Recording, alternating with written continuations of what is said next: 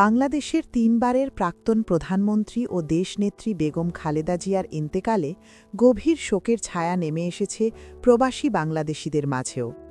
এই শোক ও শ্রদ্ধা জানানোর অংশ হিসেবে নিউ ইয়র্কে অবস্থিত বাংলাদেশ কনসুলেট জেনারেলের কার্যালয়ে রাখা হয় একটি শোক বই।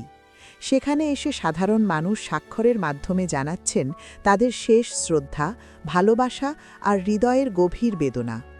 শোক বইয়ে স্বাক্ষর করার মুহূর্তে অনেককেই আবেগে আপ্লুত হয়ে পড়তে দেখা যায়। নীরব চোখে জল, ভারী হৃদয়ের অনুভূতি। ব্যস্ত মহানগরীর সকল কর্মব্যস্ততাকে উপেক্ষা করে প্রবাসীরা ছুটে আসেন কনসুলেটে, নীরবে, শ্রদ্ধায় ও ভালোবাসায়।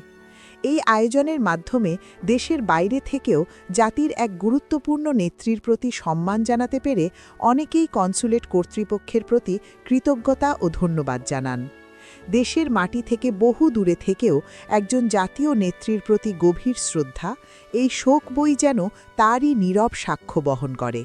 না, এমবাসি নিয়ে আরো একটা কথা আমাদের বলা উচিত যে তারা একটা সুন্দর কাজ করেছেন, যে এই শোকবাণী যে বইটা প্রকাশ করছেন। আজকে বহু লোকজন দেখছে, অনেকেই লিখছেন, আমি নিজেও লিখেছি। আর ম্যাডামের সাথে অনেক স্মৃতি আছে, যতবার আসছেন দেশে এবং বিদেশে যতবার গিয়েছি তার সাথে আমরা আলাপ করছি। বিশেষ করে বাংলাদেশ জার্নালিস্ট রাইটার্স অ্যাসোসিয়েশনের সভাপতি হিসেবে জাতীয়তাবাদী শক্তির বুদ্ধিজীবীদেরকে নিয়ে সবসময় আমি গিয়েছি। তো ম্যাডামের কথা তো আমরা বলতে পারি না। আল্লাহ তাকে জান্নাতুল ফেরদাউস দান করুক। আর শোক বইতে এখানে যারা যারা লিখছে তারা আন্তরিকভাবে ম্যাডামকে মিস করেছে বলে আমরা এটা করছি।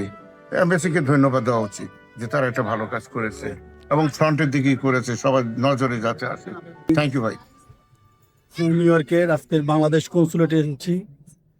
দেশনেত্রী বেগম খালেদা জিয়ার জন্য তারা শোক বই খুলেছেন, সেই শোক বইয়ে স্বাক্ষর করার জন্য। বেগম খালেদা জিয়া শুধুমাত্র তখন এখন আর বিএনপি চেয়ারপারসন নন, তিনি সাবেক তিনবারের প্রধানমন্ত্রী ও বাংলাদেশের একজন অভিভাবক। আপনারা দেখেছেন ওনার মৃত্যুর পর বর্তমান তত্ত্বাবধায়ক সরকার রাষ্ট্রীয় মর্যাদায় ওনাকে দাফন কাফন করেছেন। আমি এই জন্য প্রথমেই ধন্যবাদ জানাচ্ছি তত্ত্বাবধায়ক সরকারকে, এবং সেই সাথে সাথে তারা শোক প্রকাশ করার জন্য 3 দিন রাষ্ট্রীয় শোক দিয়েছেন এবং একদিন সরকারি পদ দিয়েছিলেন। এবং বাংলাদেশের কনসুলেটের, বাংলাদেশের এম্বাসির, পৃথিবীর বিভিন্ন দেশের মিশন কনসুলেটে এভাবে শোক বই খুলেছেন। আমরা দেখতে পাচ্ছি পৃথিবীর সকল বাংলাদেশি ভাই বোনেরা স্ব-উদ্যোগে নিজের এই প্রবাসের শতব্যস্ততার মধ্যে সময় করে এসে এখানে ওনার প্রতি সম্মান জানিয়ে স্বাক্ষর করছেন, তাদের শোক প্রকাশ করছেন এবং সব বাংলাদেশের আপামর জনসাধারণের সাথে একাত্মতা ঘোষণা করছেন। আমি দেশনেত্রী বেগম খালেদা জিয়ার রুহের মাগফিরাত কামনা করি। আমি মহান আল্লাহুল আলমিনের কাছে দোয়া করি আল্লাহ তাআলা যেন এই মহামহিষী নারীকে যেন জান্নাতুল ফেরদাউস দান করেন। এবং আপনারা দেখেন এই বাংলাদেশ কনসুলেটে শত মানুষ বসে আছেন, তারা তাদের কাজের ফাঁকেও এইখানে এসে শোক প্রকাশ করছেন।